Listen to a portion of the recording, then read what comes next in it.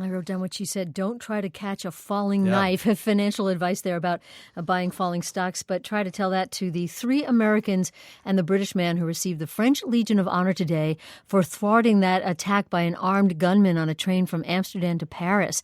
The 3 Americans, Anthony Sadler, Alex Scarlatos, and Spencer Stone, are childhood friends. Spencer Stone is in the Air Force. Alex Scarlatos is a member of the Oregon National Guard. He just returned from a tour in Afghanistan. But over the weekend, they both said that military training did not kick in until after they just got up. I mean, I didn't really have much of a state of awareness. It wasn't really a conscious decision. We just kind of acted. There wasn't much thinking going on, at least on my end. I don't know about them. Spencer? No, I don't know. No thinking, not at all. And our next guest says that in acts of extreme altruism, that's usually the case. If you've ever wondered, what would I do faced with the same situation, he may have the answer.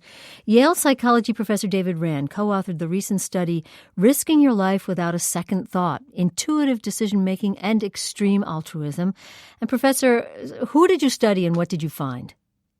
So what we did for this paper is we collected interviews that Carnegie Hero Medal recipients, people who risked their lives to save strangers, did with different news media at the time that they did their heroic acts.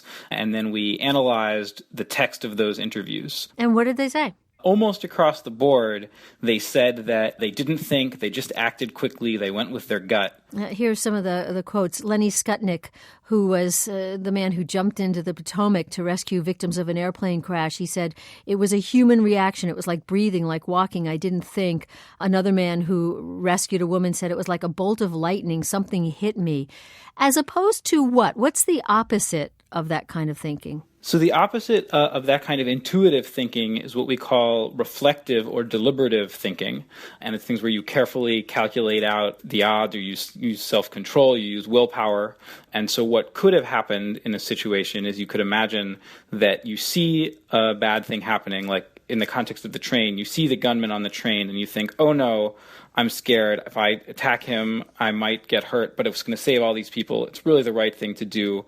I've got to make myself do it. In other words, if you take that much time to think that one sentence through, you probably won't do it?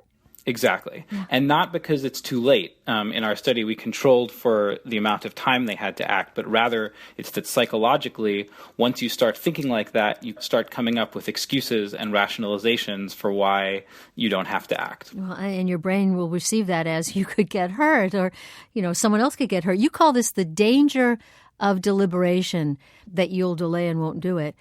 But it's exactly what we're told to do. Right, and it's the thing that is in your own self-interest. This is a funny situation where deliberation that usually works very well for you, it still works very well for you personally, but it has these unintended negative consequences for other people. Well, and you told the Washington Post, you're not taking sides on this, whether people should act or not. When you say danger of deliberation, you're not, commenting on whether or not people should react. But given what we know about why they react, without thinking, what can we learn from this?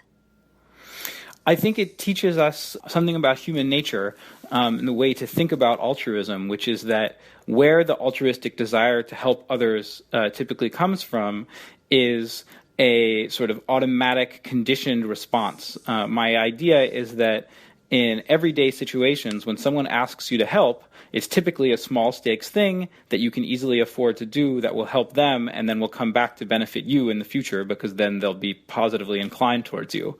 So you get in the habit of helping people and you develop this kind of intuitive, cooperative impulse. And then in a high stakes situation, your first response is to just keep treating it like daily life and say, oh, I should help. And then if you stop and think about it, you're like, oh, wait, no, this is really different. This is a bad idea. So in other words, you can train yourself not to think about it. If in fact you want to be one of those people, if you want to be, someone when tested who could do something heroic, you're suggesting that it may be possible to cultivate a willingness to act. I think so, although there's an important point here, which is there's two different things that both need to line up for people to act. They have to be willing to go with their gut, but they also have to have the cooperative gut response in the first place.